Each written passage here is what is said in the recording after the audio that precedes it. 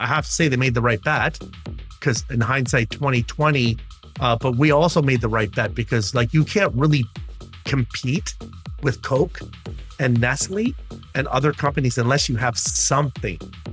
David and Goliath, you know, you have to have something behind you. And we had Tetra Pak behind us to be able to actually go out and build this to scale.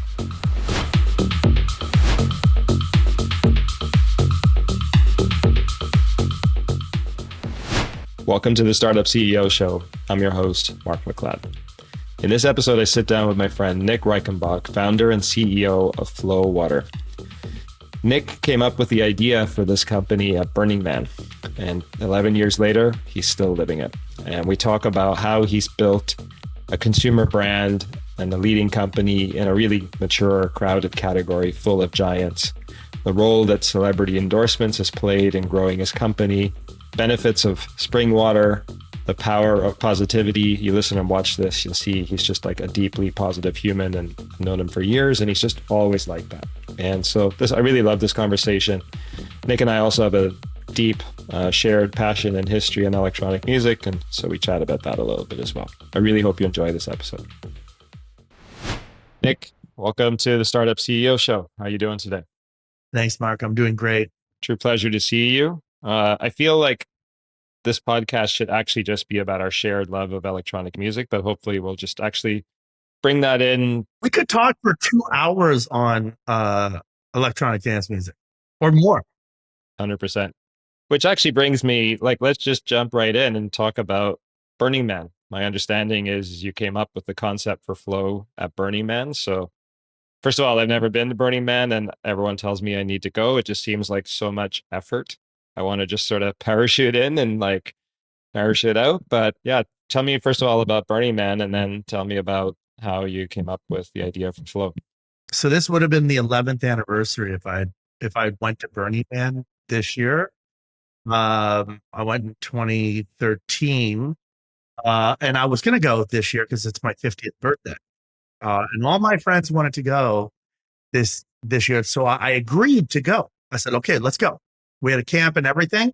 And then 4 of them said, well, we can't go for the whole week and we're going to just come for 3. I said, no, it's not like that, guys. You can't just show up. You have to work. You have to build camps. You have to contribute to the community. Anyways, I said, you know what? We're going to go to Ibiza instead. Oh, wow. Amazing. Perfect. Perfect. When's that going down? That's going down in 2 weeks, so September 5th. And then just going back in the day, so happens on my birthday that Sasha's DJing. And so we're going to go see Sasha, which is one of my favorite all-time, artists. Yeah, I went to see him actually, not New Year's Eve, December 30th last year. He played in Toronto. I went. Yeah. So Burning Man, yeah. So surprisingly, I had never been to Burning Man before, given my past career in concert promoting and in electronic dance music. I'd never been to Burning Man, never had an opportunity to go. I was living in Europe, so no one really even knew what Burning Man was in Europe at the time. And then, fast forward 2013, I'd sold one of my tech companies. I was living in Silicon Valley, as you do, a video chat company, actually, like this, before this existed. That's super. And I was kind of living out my sentence there. That's a whole other story. And I saw I was done, and I was like, okay, what do I want to do with the rest of my life? And a really good friend of mine, my roommate from London, England, who used to be a rave promoter as well, said, well, look if you want an epiphany, let's go to Burning Man. I go every year. Got an amazing camp. You get your freebie, which is your one time that you can go without doing a lot of work. Okay. The first time you're mulligan. And so I went and stayed with some beautiful English people, all living in Silicon Valley. And they hosted me at their camp, and I brought down about, at least 60, 70 liters of Evian. And so when I don't drink Flow, I drink Evian. And there's a reason for that. It's that the chemistry of Evian is within 5% of Flow. So it's a high quality mineral water. Evian's a 200-year-old multi-billion-dollar brand that has beautiful mineral water from the French Alps. And I happen to grow up on a very large artesian mineral water spring in South Bruce County, Ontario. Mildmay, that's where I'm from, and it releases about 4 million liters a day. So it's a very large spring. It's probably as big as Evian. It's bigger than Fiji by far. So, and it releases just a beautiful, high quality still mineral water. I've been drinking it since day one. And so when I don't drink that, and I drank that exclusively until I moved out of my town, went to university, and when I was 17, so I drink Evian. So I brought all my Evian to Burning Man, and I'm riding around in the desert, as you do, totally dehydrated for multiple reasons. Yes. And, We can fill in the blanks. And I was like, I was drinking, the first thing I thought of was, the water's hot and it tastes like plastic. And I said, this plastic's leaching in my water, and I'm drinking plastic right now. It's disgusting. And I said, this has got to be really damaging to my health. But this was way before anyone had ever even mentioned this concept called microplastics. Like, this is in 2013. No one knew what microplastics were. In fact, I don't even think sustainability was on anyone's mind. And maybe like a very, very, very small group of people. And then the eureka moment was after spending at least 14 hours at Robot Heart. Yeah. Oh, what a great camp. That's amazing. As you do. Yeah. And I was coming off of a very long journey. And the sunset was coming up. And then I just had this moment where I was like, wow, I really should take my family spring and create a sustainable water company that really honors the mineral water and the quality of the water, because it is a superior water. It has superior hydration benefits, minerals inside that have magnesium for electrolytes, calcium for your acidic levels in your body, and put it in a compostable, renewable, plant-based resource package. So I lived in Sweden for 3 years, and that's the home of Tetra Pak. So in Europe, Tetra Pak has a household penetration of almost like 96%. So everybody drinks Tetra Paks. And I thought to myself at that moment, I'm like, wow, I wonder if I could put this in the coconut water package, because I know it's all made from plants. It had a plastic cap on it. Anyways, eureka moment. I'm like, okay, you know what? I'm going to do this. I called my wife and I put all my recycling at the cell tower where they put all the bottles. And I was like, oh my God, this is disgusting. There's a mountain of plastic. And that was only at that time, 70,000 people for 7 days. Right. So imagine 360 million people for 365 days. Yeah, exactly. Like an unimaginable amount of plastic. And so I called my wife up, and I said, look, I know what I want to do. I'm going to take my family's Artesian Spring and make the most sustainable water company in the world. And she said, Nick, are you still high or drunk? And I'm like, maybe. Possibly. Maybe.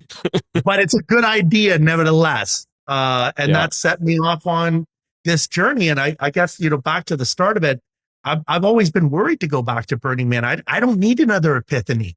No, you don't. So I don't know. It feels like you were born to do this then. You're saying this is like literally a spring that's been in your family, or just meaning your family had access to it because it was in the town you lived? I'm doing it for 5 generations. And it's on a land that's 25 acres. It's called Blue Lake Springs. And the spring artesian condition, artesian means it comes out of the surface of the earth naturally. The artesian condition, there's 12 artesian conditions, one big borehole. and it's all lined with limestone, white stone. You can see it, and it comes out turquoise, like Lake Louise. So it looks like a little mini Lake Louise. And for those that don't know Lake Louise, it's like turquoise.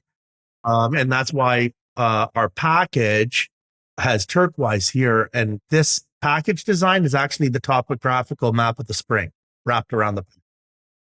And so, yeah, we set out to create that company using this beautiful artesian spring.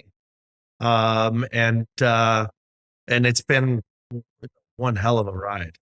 Yeah, I'll bet. And then serendipity has been the only word to describe the series of events that have unfolded to get Flow to where it is. And that's what makes it a little bit magical, you know. Okay.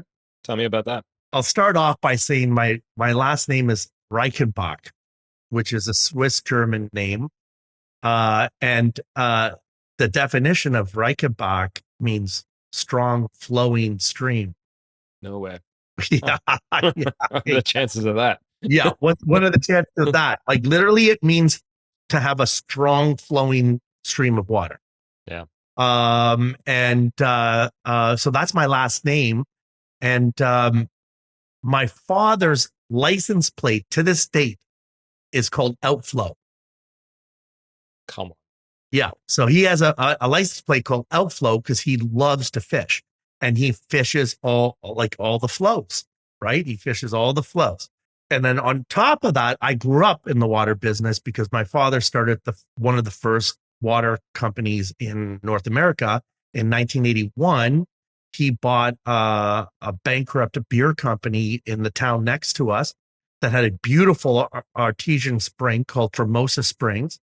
He bought it out of bankruptcy, and they converted it into a water company called the Formosa Springs Water Company, and started bottling it in 330 mil still and carbonated green glass to go against Perrier, because Perrier and Evian were the only two companies in Canada. And in the US, there was only two other companies, Polar Springs and Mountain Valley Springs. And everyone thought he was totally crazy. Who's going to drink water out of a bottle? Like, what are you talking about? Well, no, this is mineral water. And anyhow, long story short, they built that company up and they sold it to a beer company that converted it back into a beer factory that still manufactures Formosa Springs beer. So during 81 to 87, I was, let's say 6 to 12 years old, very informative years. And I grew up with that around me. So that was always in the back of my mind, and we had this beautiful spring that my father wouldn't even touch. So yeah, then it brings me to like the present point, which is that water's been in my DNA for a long time. Very cool. Yeah, you were born to do it. Now, my understanding is the water is alkaline. Is that true? Yeah, it's alkaline. Yeah. And I'm a big yoga guy, and through yoga, I've been exposed to this thing called Ayurveda, which is kind of the original Indian holistic medicine. You try as a human to pursue what they call being in a sattvic neutral state, where your body is actually, your cells are alkaline. And my understanding is like cancer, like nothing bad can survive in an alkaline environment. So maybe just briefly, like maybe I've answered my own question, but what are the benefits of drinking alkaline water for people who are listening? There's two types of alkaline water. There's manufactured, industrial processed alkaline water, which basically it's called ionization, and it's electrocuting the water, and they put synthetic minerals inside so that when they electrocute it, it kind of holds a charge and takes the acidity out of the water. There's not a lot of science behind that. Japanese have been using it for many, many, many, many, many years. So I'm sure that there is something there, but there's not hard science around what that is. and then there's mineral water. And minerals that naturally occur in water are very unique in the environment. To find a mineral spring that you can abstract and drink is extremely rare. It's at less than 1% for sure of all springs. And I've been searching for flow springs in North America for over a decade and only found 3 that are actually classified mineral water. That's why Avion, 200-year-old company, is around, because mineral water is hard to find, and drinking minerals has health benefits, and there's science-backed health benefits. The minerals that we have high concentrations. Okay, I can riff on these things though. The 2 that we have are calcium and magnesium. Well, calcium in our water is attached to a bicarbonate. And when you attach a bicarbonate to the calcium, it is calcium bicarbonate. Calcium bicarbonate acts the same in the body as sodium bicarbonate, which is baking soda. And so when you drink Flow, you're drinking, like, you can make ice cubes and you can see all the calcium bicarbonate come out of the Flow. And so when you drink Flow, it's like drinking an Alka-Seltzer. What our grandparents used to do is they'd take sodium bicarbonate, put it in with water, stir it around, drink it, and it would get rid of a headache or muscle aches and stuff. It's because it removes acid from your stomach, converts it into base, and removes inflammation from your body, your head, all of that stuff. So drinking Flow is like drinking a natural Alka-Seltzer. So we have 20 million customers that drink Flow regularly, and 65% of them buy it because of it's a naturally occurring mineral water with the attributes of alkalinity. And then the second one is we have a lot of magnesium salts in the water. And we almost have as much electrolytes as Gatorade with no sugar or anything. So when you think about the magnesium actually allows your body to absorb the water molecule faster. And it actually sustains, and it allows itself to hydrate faster, almost 5 times faster than normal water. So those 2 attributes are the number 1 and number 2 attributes of why people drink Flow. But when you drink Flow for a long time, not even a long time, a short time, you fall in love with the taste too. So the taste of Flow is silky and smooth. It's got lots of minerals inside it, no sugar, no nothing, no industrial processing. We treat our springs like the 8th wonder of the world, right? Completely sustainable. My promise to my father was that I would never take more from the earth that was given to us. And then the second one was I wouldn't build a factory in our hometown because we didn't want that. So those are the 2 promises I made, and and we appeased that by being actually the highest rated ESG stock and beverage in the world. And we're one of the top 5 B Corp certified companies in the world, regardless of their industry or sector. They're like Patagonia, 7th Generation, Flow. We're all in a group of very small companies that really kind of are breaking the mold on sustainability. But at the end of the day, it's quality, it's mineral water, and that's the number 1 reason why Flow's special. Amazing. I love that. Yeah, I didn't realize it was as beneficial as that. I have to say, I woke up violently hungover today, far more so than I would normally be on a weekday. It was a good night last night with some friends, but I've been pounding Flow all day and I feel like a champ. So maybe it actually does it works for any sort of dehydration moment. Yeah. I used to take Zantac, which is a US drug to get rid of acid reflux. But when I launched Flow, I've been drinking Flow so much, I have no stomach problems whatsoever. Cool. All right. And so I think there's we have thousands of testimonies of the health benefits associated with drinking Flow. But at the end of the day, it's the highest quality still mineral water sold domestically in North America in an environmentally friendly pack. Like boom, boom. Boom. I love it. So, you came from the software world, and very often in the software world, you're creating a new market. You're talking about Avion, a 200-year-old company. So you entered an already crowded market that, presumably felt like they had everything they needed. So I don't know, how did you succeed? Like talk to me about entering into a crowded market and carving out some space for yourself. How'd you do that? Yeah. A very good friend of mine, in fact, a guy who ran the camp at Burning Man, Yeah. Michael Birch is his name. He said to me, and I never forgot it. He's like, Nick, there's only two things that an entrepreneur needs to be successful: tenacity and ignorance. Yeah, I love that. He's so right. Yeah. He's so right. Who in their right mind would go up against Coca-Cola and Nestle and all those companies trying to get into the water space? Wow. Like that's a little bit ignorant. Yep. I had no clue. And if I had known what I knew now, I wouldn't have done it. So there you go. Okay. That's fair. There you go. Like, oh my dude, you kidding me? I never thought in a million years that this company would take $250 million to build. I thought 20, and that was a big number back then. So this is the 10th year anniversary of Flow. And so, yeah, like it took 10 times as much capital, 10 times as much resources, and we are literally here. And now it's like there. So, yeah, it's been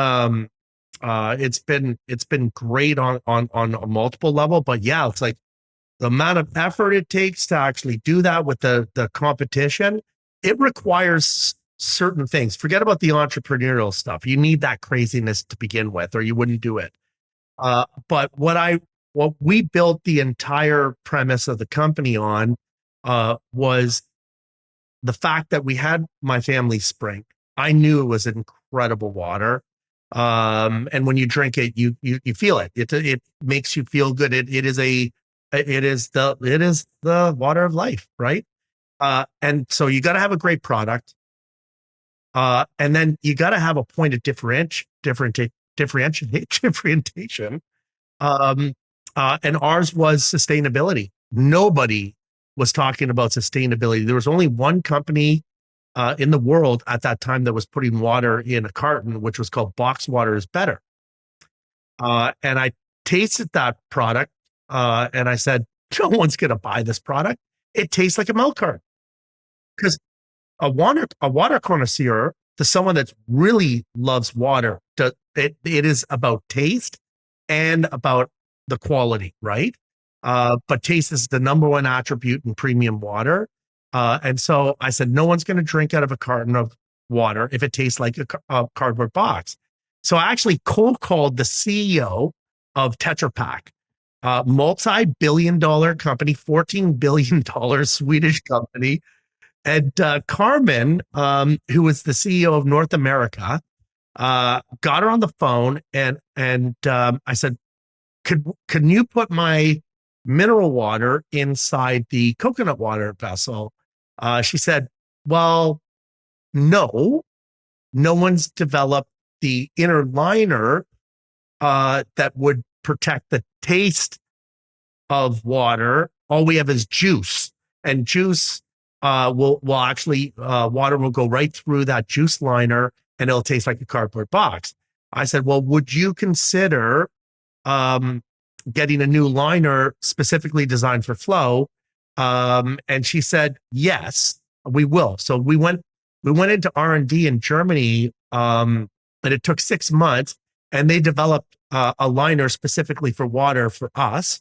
And we launched that as an exclusive in market. So it allowed me to protect the water inside and the taste and the quality. And the second thing I said is they had a plastic lid. I was like, I can't have a plastic lid. We got to change this. And so they actually, and we were first to market to launch a bio cap made from sugarcane. And so we kind of went into market with that. And that kind of brought us into a spectrum of there was no one playing in that field, but yet all of our retail partners like Whole Foods and Loblaws and all that stuff, they were seeing what I was seeing, which was consumers just, they weren't into plastic anymore. You know, I talked to like one of our best buyers at Metro, which is a Canadian retailer, Charles, and Charles was like, yeah, you know what? My family doesn't use plastic at all. Zero. My wife's like got rid of every single thing in our fridge. There's no plastic. So he's like, yeah, we're going to list it. And so it's kind of like meeting that product market fit at the right time, Mark. This was a product market fit, day one. Boom. And that's how we kind of forged our business. I love that. Now, convincing a $14 billion company to produce a custom thing for you, is that based on charm and wit, or did you have to commit to like minimums? Like, was it a giant leap of faith for you as well? Tell me about that. Serendipity, right? Yeah, because I mean, who in their right mind would bet on a small, nothing, nobody company? And Carmen does not lack in vision. She was extremely forward for her time in a very large company. But they had identified water as a strategic category.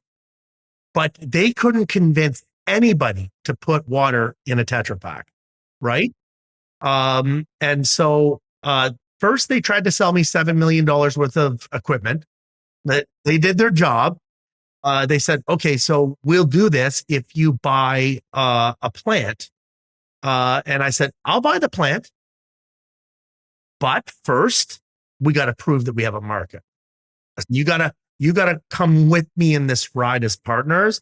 I can't do this alone. I will be there to finance and to develop this as it goes, but I need someone like you to come along and actually help us scale, build it and scale. And not only did she agree to do the R&D of the new liner, replace the cap, and bet on Flow as being the stalking horse into water, they injected $100,000 worth of non-equity capital before we even launched the company to help us market the company. And they said, as long as you match our sustainability messaging and that we build this together as the most sustainable water format in the world, we're in. And still today, they're our largest financial partner. Okay, I was going to ask, it became a strategic relationship as well? Like they got on your cap table? Oh, very strategic. I just got off the phone with the CMO this afternoon, talking about what we're going to do in 2025. And they still finance and co-finance a lot of the sustainability efforts that we're doing. They do all the R&D. They spend hundreds of millions of dollars on R&D. And we're at the beachhead of what they're doing, because like no one thinks of juice and thinks of sustainability. No one thinks of oat milk and thinks of sustainability. When you think about water in plastic, you think about sustainability. So they bet on us, we bet on them, and it's been a beautiful partnership, one that will carry itself through for many, many, many decades. Because we're just at the forefront of this whole global shift. And it's happening faster and faster every year. So they became our largest financing partner. And they made a bet on us. And I have to say they made the right bet, because in hindsight, 2020, but we also made the right bet because like you can't really compete with Coke and Nestle and other companies unless you have something. David and Goliath, you have to have something behind you. And we had Tetra Pak behind us to be able to actually go out and build this as a scale.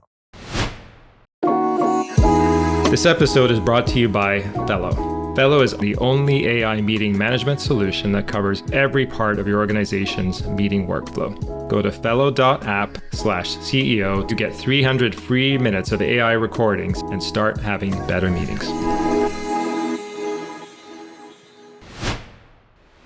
Do you want to run this company for decades? Is this your legacy company? That's so funny, Mark. Honestly, you're like reading my mind. It's the beard. I stroked it. You're such an advisor now.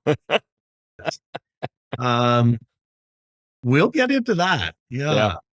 So up until like last year, I would say that because we took the company public in 2021. Yep. Which has always been a dream of mine to do. So, check mark on that. I didn't realize how painful it was going to be, but it still was a very good experience. Before that, I had like the regular entrepreneur hat on. Okay, let's build it and sell it. Okay, let's build it and sell it. Valuation this, valuation that, raise money this, you know what I mean? Like we've lived this our whole lives, And I had the regular entrepreneur hat. It was like, this is my 11th company and I'd done it many times before. And this was the format. Like, let's get, Silicon Valley format, boom, boom, boom, sell. And then I went public and realized that my liquidity was not going to come from going public. But it was an excellent mechanism to raise $100 million at a 6.1 times forward multiple. We hit it right at the right moment. The little bit of that was lucky and serendipitous. But after that 3-year painful journey through the devaluation of the company back to like where it is today, which is peanuts. I was tasked to turn the company around, which meant get it out of burn and into turn. It's like get it out of burning and into profit turning. And so I hired a CFO, Trent, very experienced, savvy CFO, and Mark. Like there's two people that like really matter. The CEO and the CFO. And if they have a great partnership, boy, oh boy, watch out, right? Those two people like are the cornerstones to progress and management. And so I hired a new CFO. We went in and we transformed the entire thing. It took us 18 months to do that. And now we announced to the market that we're going profitable this quarter, which is August, September, October, for the first time in 10 years, $250 million later. And we're going into profitability, and we've got a very, very clear path. And I just recently, 2 weeks ago, because we're doing our offsite planning for 2025 and meeting as a group and celebrating our 10th year anniversary as Flow, I said to the team something that's been on my mind for like 6 months. I said, guys, girls, people, humans, co-workers. I said, we, for the first time ever, don't have to think about a short-term strategy. We don't have to think about a midterm strategy. In fact, I don't want a single person talking about a quarter's results anymore. I don't want a single person talking about a year. I want the long-term vision of Flow redefined for us to run this for generations. Amazing. And that was a real fundamental shift in myself because there is no exit for me on this one. I think that if we do our job, we could have a very, very positive impact on the world around us.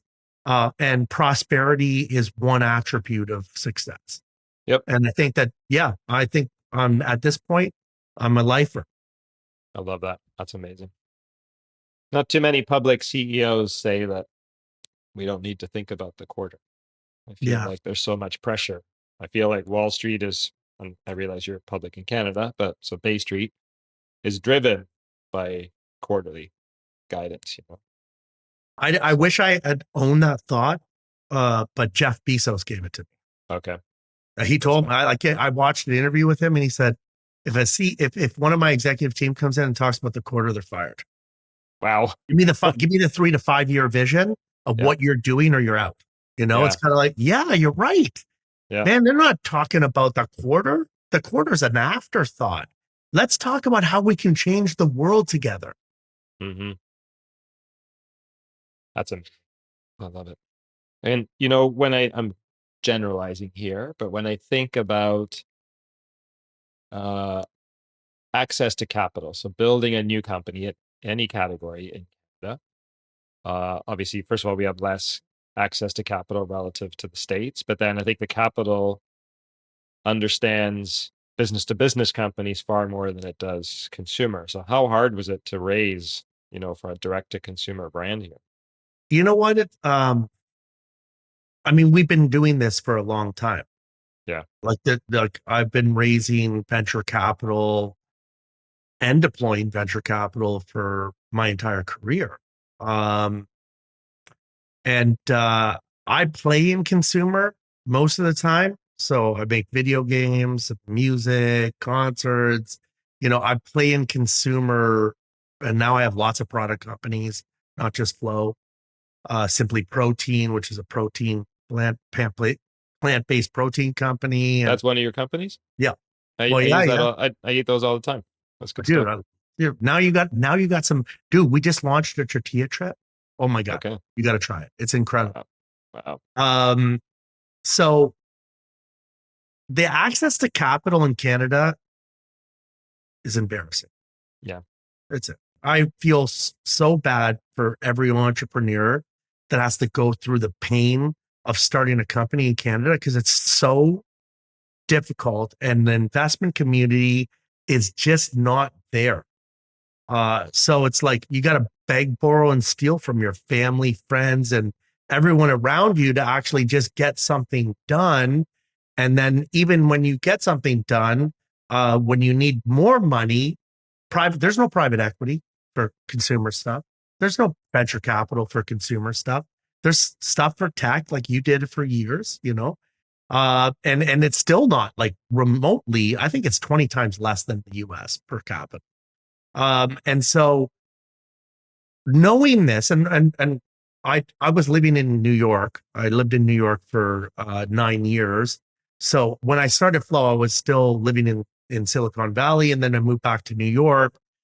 And so I'm very familiar with the US landscape and all that stuff.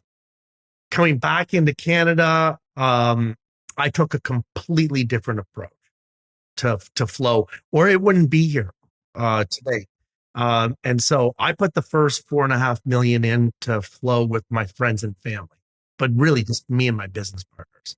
You know what I mean? I got lots of great business partners, and they're like, okay, let's go. Let's do it again. Boom, boom, boom, boom. And get the first 4.3 million into the company and really start to get the, MVP, proof of concept, all of this stuff done. And then very quickly I realized that and back to the whole point, I thought it was $20 million, not 250. So I'm like, okay, so how are we going to get it to the next level? And then one of my advisors worked for the TSX for a company called Shorcan. And Shorcan was acquired by TSX because they had a product called the TSX Private Markets. And so the private markets platform was a pre-IPO platform that allowed for accredited investors and retail investors to invest in companies pre-IPO. And so we really leveraged that platform like no one else had ever done it before. Mainly it was used for real estate REITs and real estate funds, private companies that were trying to build large equity pools. But we were the first consumer product on there, and we got a lot of PR from it. We got Josh Donaldson, if you remember him. He was the third baseman player for the Blue Jays. Oh, yeah. He won the MVP of the MLB Eastern League that year. He was a Flow customer, and his manager said, hey, Josh loves you, and he's only doing Samsung, and he wants to do a campaign with you guys. I'm like, who's Josh Donaldson? I don't play baseball. But I said, you know what? I love his hair. He had great hair. He was a good looking guy. And he obviously was the MVP of the MLB and that year he was number 3. There was Drake, Rachel McAdams, Okay. Yeah. and then Josh Donaldson. That was the top three celebrities. And so I was like, you know what? We have no money. He said, it's not about the money. He just loves flow. And okay, all right. Okay. So we gave him some peanuts. Yeah. I offered him equity. He should have taken it, but he didn't. And he still drinks flow today. And we love Josh. And we shot him with a Nike instructor. And I said, look, at all I'm going to do is make you beautiful for all of our yoga mums. So done. Okay. So we gave him a haircut, shaved him up, shot him like a beautiful training, boom, boom, boom. And then we called it Mind, Body, and Flow. And we launched that campaign, which coincide with the TSX private market. So at the same time we did our consumer campaign, we launched our investor relations campaign, and then we went what I would call institutional retail, which is not a typical move for a startup. No one does that. So we just said, you know what? Let's prepare our time bomb 3-year IPO strategy. And earlier on, start auditing our statements. I hired my first CFO, Matt Moore, who came on, and he just started like getting the business in check. And then we hired, Canaccord, Echelon, PI, couple other banks. We got all the banks, Stifel, everybody, and everyone started pooling money. And there was like 5 million, 10 million, 15. And then all of a sudden we had built a platform on the TSX private market to raise $120 million in less than 4 years, which That's amazing. I don't know about many other know that was startups that have possible. ever done that. Yeah, I've never heard of that. I never heard of that either. And it was very successful. And then ultimately we topped it off with a $100 million IPO on the TSX, and Bob's your uncle, as they say in Canada. Wow. That's huge. I love it. Yeah. Huh. Does that program still exist? No. They created other exchanges like Neo and the TSX Ventures. And it was just a moment, Mark. The right strategy with the right people at the right time. And then obviously the foresight to be able to actually grab a hold of it. Yeah, it worked extremely well. And I think we were almost the last company to utilize that platform before they consolidated it into TSXV. So another example of great timing on your part. Great timing. Yeah. And it never happens like this, Yeah. You could do 10 companies like this and the timing never works out. And you're like, oh shit. But serendipity in life has a lot to do with success. So I've known you for a long time, although I don't see you that often, but you always have a very positive aura about you. And so I'm wondering, do you feel like maybe that contributes to this serendipity? 110%. 110%.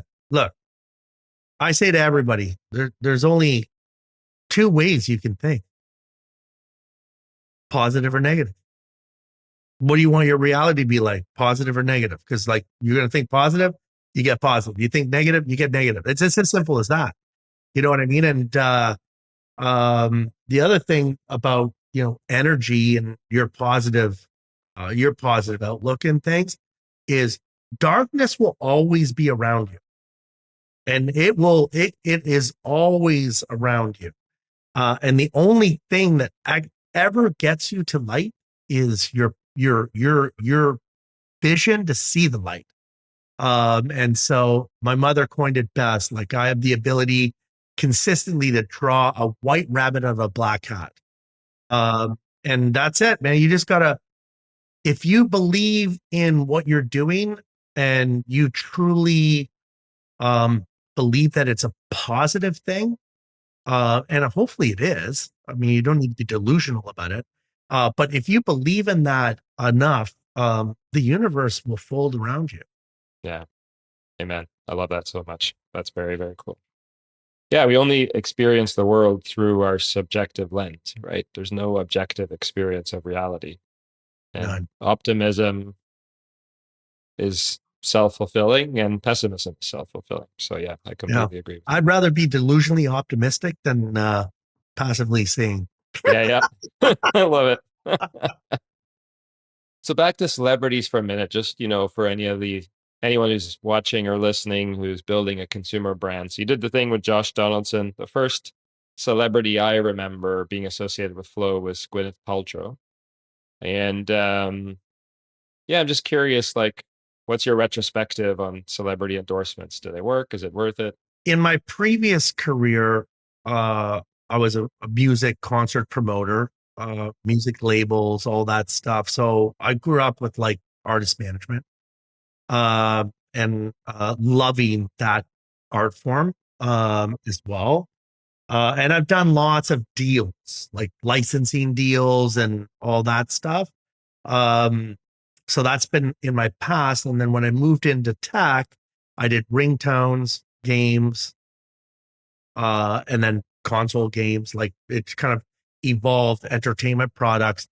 So I've always been having to deal with all the IP ownership throughout my career, publishing, licensing. And so like I've licensed everything that you like, from Marvel to Indiana Jones to New York Times crosswords to every music artist that I know of. And so I'm very familiar with that world and I love it. I love engaging and being around it. But I didn't intend for it to happen at Flow at all. So we just started launching it, and then I got cold called from Josh Donaldson, his agent.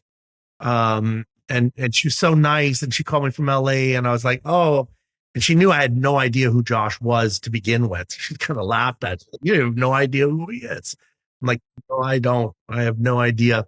And back to this whole serendipity thing, because it's kind of like maybe it's my energy that's like attracting this. But the first thing that happened after that is one of our advisors, John Toner, who was the guy who orchestrated the TSX private markets with us. He shared a limo driver with Shawn Mendes. And he didn't even know this, but there was a empty Flow container in the back of the limo one time. And he's like, how did you get this Flow? He's like, oh, Shawn drinks it all the time. Shawn Mendes drinks. He's like 16 years old. He drinks it all the time. And so John wrote a letter to Shawn's father saying, I'm involved with the company. He still is a large shareholder. I'm involved with the company. We know Shawn drinks this, and we'd love just to support him and send you some free water. And if anything you ever need, anything, let us know. 2 weeks later, Andrew, his manager from New York, calls me up and says, hey, I'm Shawn Mendes' manager. Thanks for the letter. Oh, hey, Andrew. And so then Shawn, from an early age, 17, 18, started investing in Flow. Yeah, no, and he's a very large, passionate shareholder of Flow. And so we started working slowly together to build that, and that just came organically. Before Shawn was Shawn, right? He was still Shawn, but I mean, then he became a very large artist, and as he should. And then interesting how these things kind of domino. I went to my publicist, who Natasha Kaufman, who's an investor and shareholder of Flow as well. And she was Fiji's publicist beforehand. Then she drank Flow for the first time, and we're attached by the hip. I love her. And she's amazing at doing all sorts of things. Every consumer brand needs a great publicist. That's rule number one. What does a publicist do? Oh man, like they connect press, they connect people, they create stories. Like what we've been able to do at Flow is why Flow is Flow. And so the first thing that we did after Shawn, we're like, I was like, "Oh, that was interesting." I said, "But you know what? I never want to pay anybody to be an endorser of Flow. Either they love Flow or they don't love Flow, and we're either working together as a partner or we're not." I said, "I've done tons of endorsement deals. They're cheap. And I don't want this brand to be cheap, and I don't want to be involved in just writing people's checks, and like it doesn't seem authentic to us."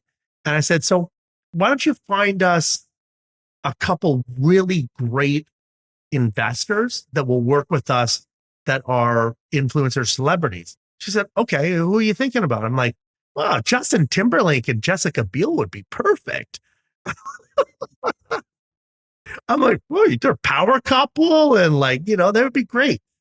Next minute I know, 2 weeks later, I'm sitting down with Coldplay and the manager, Dave, and Joey and another guy. And I'm like in the office, and Dave happened to be from Ottawa, Ontario. And we got on from day one, and he was like, "I don't know if the guys are, they don't do this."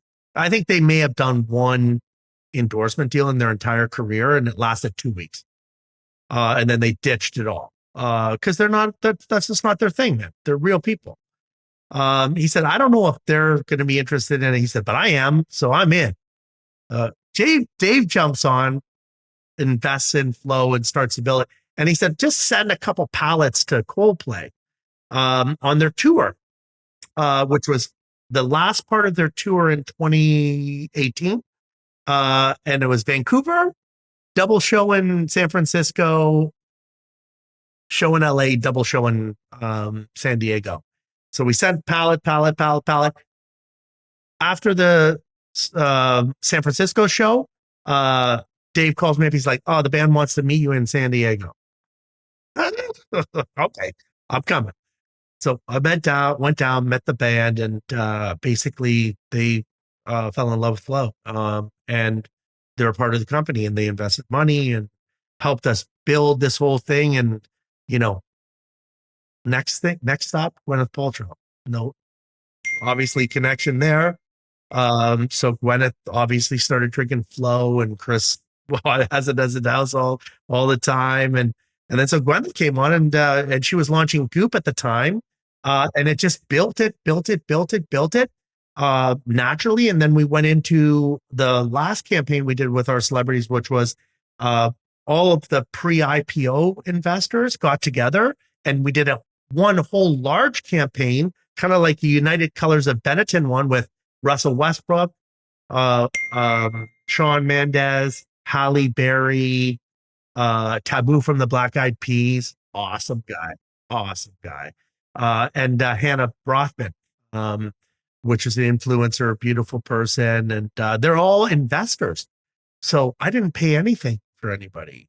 They all love Flow, and they still, every single one of them love Flow today. So celebrities and Flow is just a byproduct of them loving the product. And our strategy is completely organic, but also it's one of which they've all written checks. Yeah, which is like never heard of either. No, never.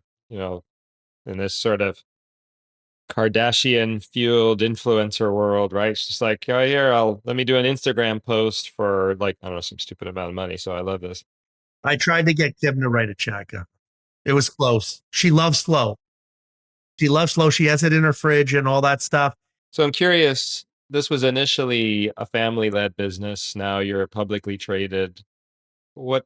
How is your role? How is your day-to-day different, now running a public company? I tried to move to executive chairman. Yep. It didn't work very well. Okay. Yeah. So when we went public, no pressure really, but we was like, "Oh, let's hire a professional CEO and all that stuff." But I quickly realized that my energy and Flow are connected. And Yep. so like a lot of the momentum and passion all originates from me, but also I get a lot of passion from it. And so we're symbiotic in our relationship. And so I tried to like kind of go, okay, let's see if I could take a step back, up, down, and out of the driver's seat and into the passenger seat. It didn't work very well for the brand, for the company, for the employees, for the culture of it. And I mean, this is North America. And maybe the rest of the world operates different, but we're entrepreneur-led companies. And if we're not, they're strong entrepreneurs that started them for a very long time. You know what I mean? And like, that's our culture here. And that's what makes us so successful globally. And never underestimate that level of passion and commitment that we have towards excellence. And like, and that's what's carrying us through. So that's my day-to-day, man. And I think I'm a lifer now. I love it. Yeah. Yeah, I mean, you were literally born to do this. Look at your last name, for crying out loud. Right. So, And I didn't even come up with the name Flow. My wife did. okay. She read that book, Flow, from a Polish or Czech author, Dr. Miguel, and I don't want to pronounce his last name. Okay. He wrote a book on the flow state. And she wrote it and she's, oh, Nick, you got to call your company Flow, or our company, because we're married. So Yep. our company Flow, she said, because it means the flow of water, but it also means the flow of energy, the flow of everything, right? The flow state, being in happiness and being in this. And I said, first of all, there's no way that I'm going to be able to acquire a trademark that is 4 letters that means flow of water, flow of all that. Like, that's not gonna. I said, but I never say no. Yeah. So I'm going to go after it. Guess what? I acquired it. More serendipity. Jesus. 1,200 Canadian dollars. Wow. Can you believe that? Well spent. I mean, who buys a trademark Flow for mineral water for $1,200? You can't even trademark anything for $1,200. But I bought it and it was limited, and then I spent $1 million afterwards. Yeah, of course. Well, maybe as we wrap up here, Nick, let's end where we began before we went on air, and electronic music, and tell me about driving people to and from raves on a bus. Yeah.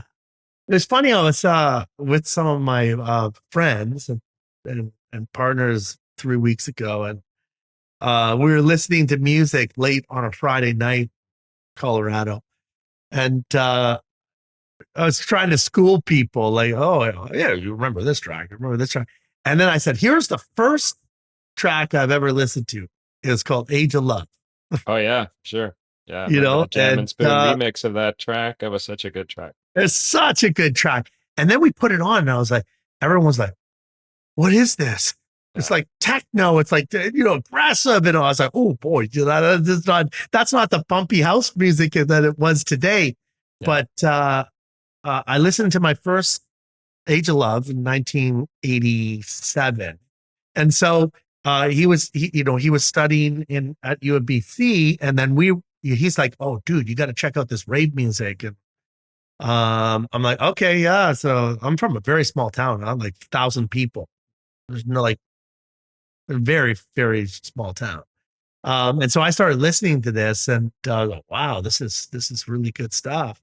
And got into the initial rave movement in Toronto. And I lived in Southampton, Sawwell Beach on Lake Huron. And when I was just before I was going to university, I started listening to this rave music, and I was on the beach. I was like, you know what? I'm going to open up a clothing store called Rave New World. So I borrowed $1,500 from RBC, entrepreneur grant of such, a loan. And then I got a credit card. That was a mistake. From CIBC for $800. And I went to Kensington Market in Toronto and bought all the sundresses and army boots and like bikinis and all this stuff, jewelry and all this stuff. I opened up the shop, And then I called all the rave promoters in Toronto, which was Robbie from Cyrus, which was Jungle, Better Days Production, which was Ashley and a bunch. But I called them all and I said, look, I want to run buses to your raves on the weekend from Sable Beach. Give me half off the tickets. And they gave no problem. Sable Beach, you can take the tickets. No. So they gave me 50% off the ticket. So I was making $10 per ticket, like $20 a ticket. And then I would rent a bus for 40 people. And I'd make about $10 each person on the bus. And then we would go up every weekend to the raves. And I'd make like $800. $800 in 1991. That's a lot of money, man. It was a lot of money. And anyways, it kept on going from there. And then the bus tour stopped. I went to university in West End in Ontario and London. And then we started throwing parties. Amazing. And then the rest is history. Wow. That's wild. Well, you're bringing me back. It was a buddy of mine, Mike Stein, started Pleasure Force. Dude, Mike, are you kidding me? Yeah, I went to high school. Oh, I love Mike. Oh, Mike and I have such a long relationship. Yeah. Oh, yeah. Awesome. How's he doing? Do you hang out with? Do you see him?